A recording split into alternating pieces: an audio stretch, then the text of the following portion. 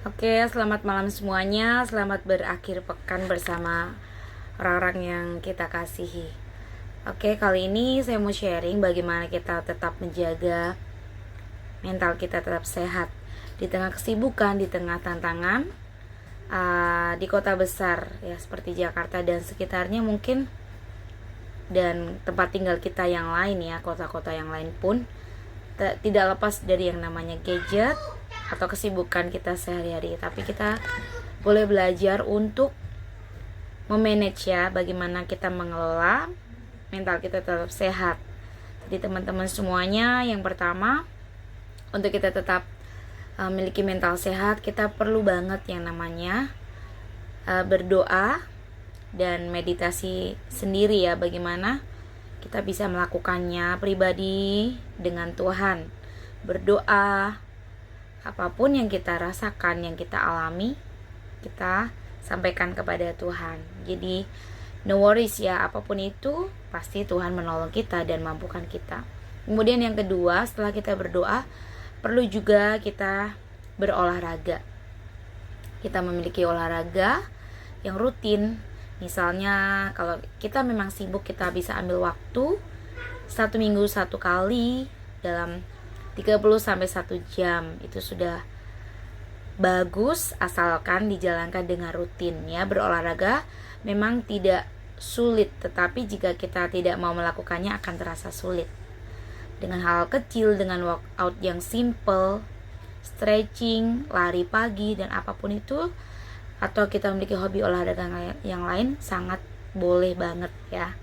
Kemudian yang ketiga, untuk kita memiliki mental yang sehat, kita perlu yang namanya istirahat yang cukup ya. Jikalau kita kurang tidur, kurang istirahat, akan sangat mengganggu konsentrasi kita saat beraktivitas, dan pastinya akan membuat kita juga sakit atau konsentrasi menurun, dan bisa jadi kurang darah dan lain sebagainya.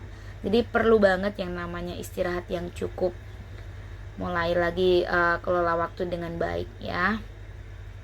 Terus selain itu, apalagi yang keempat, selain kita menjaga istirahat yang cukup, kita juga perlu makanan-makanan yang sehat. Makan makanan yang sehat, konsumsi makan dan minuman yang sehat sesuai dengan porsi kita, tidak perlu kurang ataupun berlebihan, tetapi cukup ya. Kita sudah bisa mengukur diri kita kapan merasa cukup atau sudah kenyang, dan juga kita bisa mengukur kemampuan kita saat memang kita capek, dan makanan yang tidak perlu bagi tubuh kita yang menjadi pantangan mungkin saat kita terasa ada yang tidak sehat, kita bisa mengurangi itu. Konsumsi makanan dan minuman yang sehat sangat perlu untuk membantu tubuh kita bisa mengeluarkan energi setiap hari dalam aktivitas sehari-hari kita ya. Lalu apalagi ya, terakhir ya, selain itu yang kelima, yang terakhir ini simple banget tetapi kadang sulit kita lakukan, yaitu perbanyak jurnal bersyukur.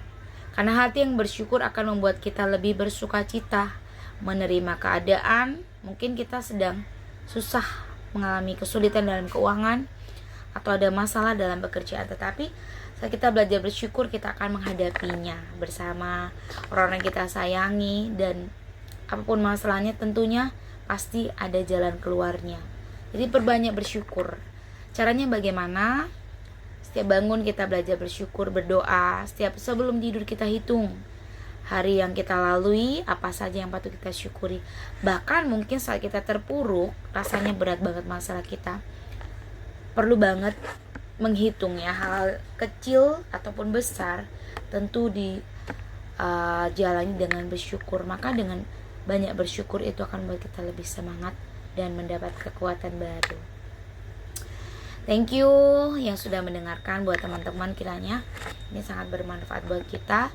Jaga mental kita, kesehatan kita jasmani dan rohani.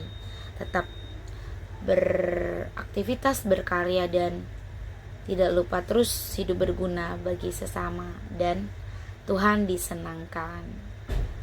Ya, tetap semangat dan pikirkanlah hal yang positif. Be yourself and positive thinking in everything you do. God bless you all. Thank you.